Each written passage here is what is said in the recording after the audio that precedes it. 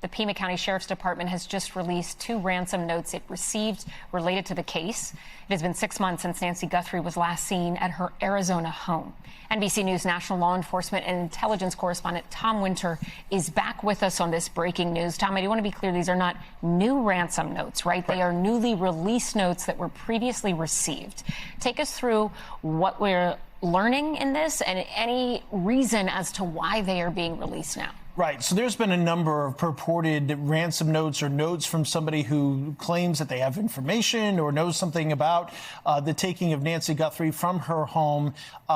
Some of those notes have been ruled out by law enforcement, but these 2 notes are the ones that they think could potentially be credible. And they are not saying that these notes that were sent on February 2nd and February 6th, respectively, we'll look at those notes now, are in fact true. But there is reason for them to continue to very much look into them and investigate them. This is the first one, sent February 2nd. You can see it was sent to a KOLD's CBS affiliate, and then this is the second note that was sent on February 6th. We're flipping back and forth between them now. I think it's important to note on this first note that there is a discussion about what the Guthrie family should do if they want to see their mother Nancy again.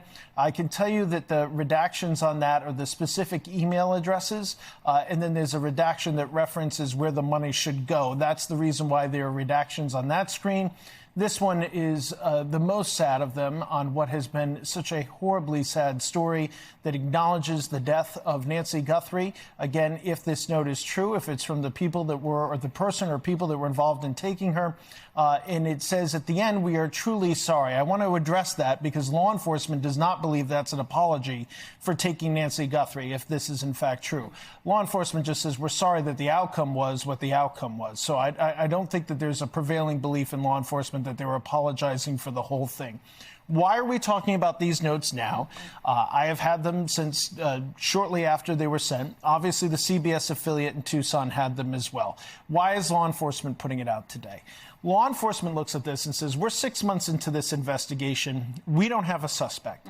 We don't have a person. We don't have an area to look for Nancy. We don't have any information that's going to get us an inch closer to this case than where we were at when we found the video and when these notes were sent. As a result of that, they want people to say, look at this video that we're looking at on screen. Look at those notes that we've just been showing you.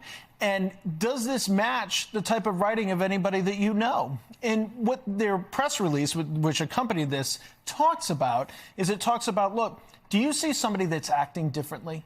Do you see somebody that since that day has changed up their routine a little bit? So there's all sorts of little guidelines, and we're writing this up on NBCNews.com right now, as far as things that you might want to look for. And also, you know, over time, you might realize that a relative or a friend who could be involved in all this, maybe they don't deserve the loyalty that you have. There is a killer that is out there, period. Somebody who took this elderly woman who had nothing to do with anybody out of that home, and as a result, she died.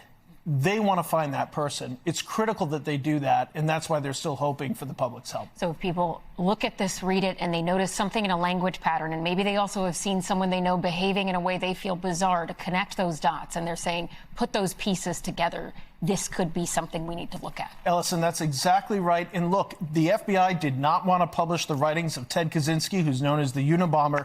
But once those writings were published, because they didn't want to put out the propaganda of this person, same reason why we didn't release word for word what this person or person said. But at some point, it might become an investigative clue. And in the case of Ted Kaczynski, were family members that said, hey, we recognize these writings, and provided some critical information to the FBI to solve that case. Let's hope it's the same thing here, Ellison. NBC's Tom Winter, thank you. And if you know anything about the disappearance of Nancy Guthrie, please call the FBI tip line. It is 1-800-CALL-FBI. We thank you for watching. And remember, stay updated on breaking news and top stories on the NBC News app or watch live on our YouTube channel.